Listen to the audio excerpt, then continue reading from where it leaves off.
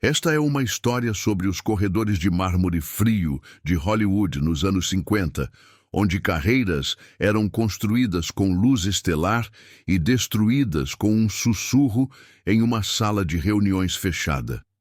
Era uma época em que os estúdios não eram apenas empregadores.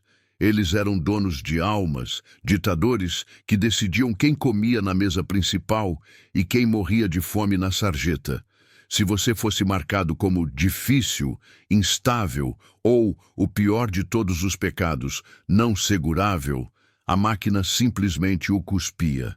As portas se fechavam, os telefones paravam de tocar e o brilho dourado da fama se transformava na sombra fria do ostracismo.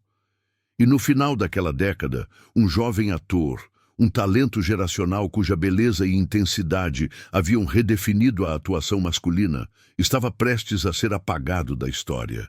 Ele estava quebrado, física e emocionalmente, um passivo tóxico que nenhum executivo de terno cinza queria tocar. O decreto havia sido baixado. Ele estava fora, banido, acabado antes dos 40. Mas a máquina de Hollywood cometeu um erro de cálculo crucial. Eles esqueceram que no elenco daquele filme, o filme que deveria ser o prego final no caixão do jovem ator, estava Dean Martin, Dino, o homem que projetava uma indiferença tão vasta quanto o deserto de Nevada. O que os chefões do estúdio não sabiam era que, por trás da fumaça do cigarro e do copo de J&B, Dean Martin operava com um código de honra siciliano que não estava nos contratos. E quando a ordem veio para destruir o garoto, Dean Martin não apenas se levantou, ele colocou sua própria carreira renascida na linha de fogo, jogando um jogo de pôquer de alto risco contra os homens mais poderosos da indústria, com um blefe que só o rei do cool poderia sustentar. Para entender o tamanho da aposta que Dean Martin fez, precisamos voltar a 1957 e ao set de filmagem de Os Deuses Vencidos, The Young Lions. O filme era um épico de guerra colossal da 20th Century Fox, destinado a ser um blockbuster, reunindo 3 dos maiores nomes da época: Marlon Brando, o deus da atuação do método, Dean Martin, recém-saído de sua separação tóxica com Jerry Lewis e desesperado para provar que era um ator dramático sério, e Montgomery Clift. Monty Clift era o jovem ator em questão. Anos antes, ele havia sido o príncipe herdeiro de Hollywood. Ele era dolorosamente bonito, incrivelmente talentoso e possuía uma vulnerabilidade na tela que fazia o público querer protegê-lo. Ele era o rival de Brando, o ídolo de James Dean. Mas em 1957, Monty era um homem destruído. Um acidente de carro horrível em 1956 havia esmagado seu rosto, exigindo cirurgias reconstrutivas que alteraram sua aparência angelical, deixando-o com um olhar assombrado e uma dependência paralisante de analgésicos e álcool para anestesiar a dor física e psíquica constante. Quando as filmagens de Os Deuses Vencidos começaram, Monty era um desastre. Ele mal conseguia lembrar suas falas. Ele aparecia no set trêmulo, seus olhos vidrados, incapaz de focar. A equipe de maquiagem levava horas para tentar esconder os estragos que as drogas estavam causando em seu rosto remendado. Para os executivos da Fox, sentados em seus escritórios refrigerados em Los Angeles, assistindo aos copiões diários, Clift não era um ser humano sofrendo. Ele era um buraco negro financeiro. Ele estava atrasando o cronograma, estourando o orçamento e ameaçando afundar o investimento multimilionário deles. A decisão foi tomada nas altas esferas. Montgomery Clift tinha que sair. Ele era um risco inaceitável.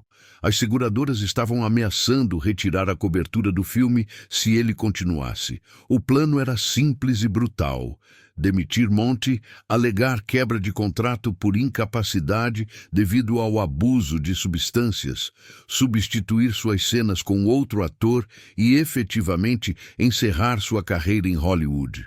Ser demitido de uma produção desse porte por esses motivos Era uma sentença de morte profissional. Monty nunca mais trabalharia em um grande filme. Ele seria banido para as sombras do teatro regional ou filmes B de baixo orçamento. Uma nota de rodapé trágica na história do cinema. Os rumores da demissão iminente de Monty começaram a circular no set como um vírus. O clima era tóxico. As pessoas se afastavam de Monty como se seu fracasso fosse contagioso. Ele estava sozinho, isolado em sua dor e humilhação, ciente de que os abutres estavam circulando.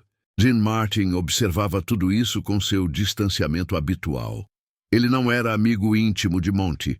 Eles vinham de mundos diferentes. Dean dos clubes noturnos enfumaçados e da comédia física. Monty do teatro intelectual e da angústia do método.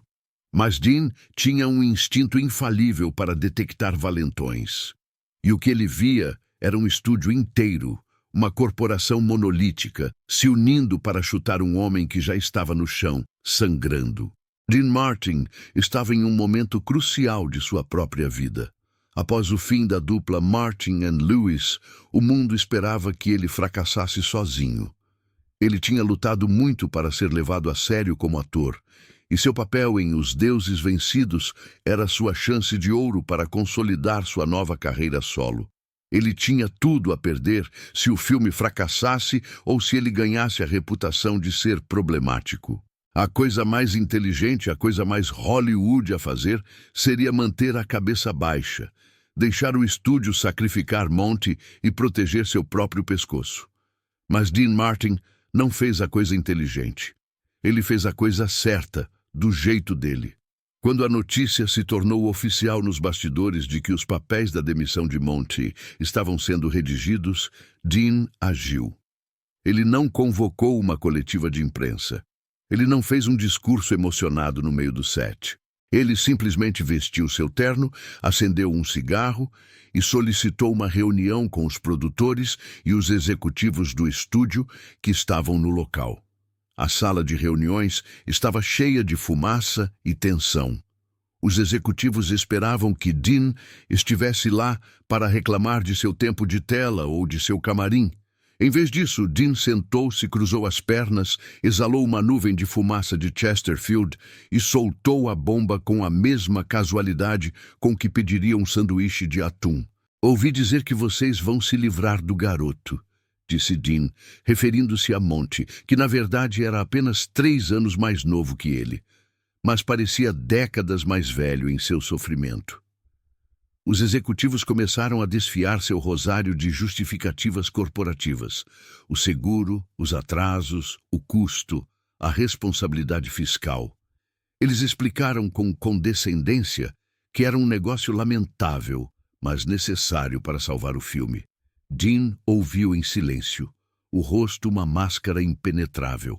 Quando eles terminaram, ele apagou o cigarro no cinzeiro de cristal com movimentos lentos e deliberados. "Certo, eu entendo", disse Dean, sua voz um barítono suave e perigosamente calmo. "Então aqui está como vai ser. Se o Monty sair, eu saio." O silêncio que caiu na sala foi absoluto. Os executivos pensaram que tinham ouvido errado.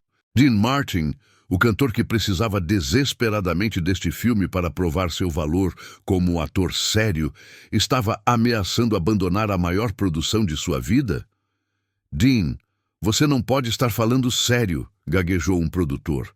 "Você tem um contrato.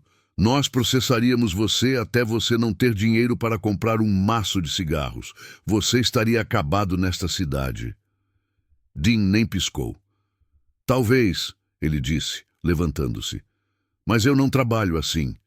O cara está doente, ele está tentando. Vocês não vão jogá-lo aos lobos enquanto eu estiver aqui. Se ele for banido, vocês vão ter que banir 2 de nós. E boa sorte explicando aos acionistas por que vocês perderam 2 das suas 3 estrelas no meio da produção." Era um blefe colossal. Ou talvez não fosse. Com Dean Martin, você nunca sabia realmente onde terminava a indiferença e começava a integridade de ferro. Ele estava colocando toda a sua segunda chance na carreira em risco por um homem que ele mal conhecia, simplesmente porque a injustiça da situação ofendia seu código pessoal. Ele estava disposto a queimar seu próprio futuro para evitar que o estúdio destruísse o presente de Monty. Ele saiu da sala, deixando para trás um grupo de homens poderosos em pânico absoluto. A matemática mudou instantaneamente.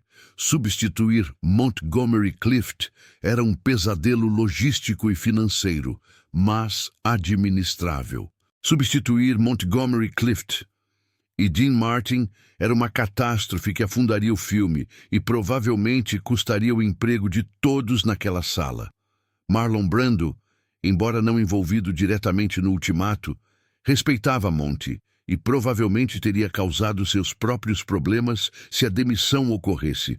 O estúdio recuou. Eles não tinham escolha. Dean Martin, o homem que todos pensavam que só se importava com golfe e uísque, os havia encurralado. As seguradoras foram apaziguadas, cronogramas foram ajustados e, relutantemente, a Fox permitiu que Montgomery Clift terminasse o filme. Dean nunca mencionou o incidente a Monty. Ele não queria gratidão. Ele não queria lágrimas. Nos dias seguintes, no set, quando Monty estava lutando para lembrar uma fala, tremendo de abstinência ou dor, Dean estava lá.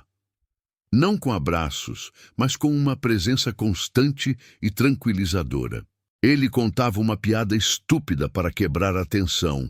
Pedia um intervalo para fumar quando via que Monty estava prestes a quebrar, ou simplesmente ficava ao lado dele, um pilar de calma inabalável no meio do caos. Ele protegeu Monty até o último dia de filmagem, garantindo que o banimento nunca acontecesse.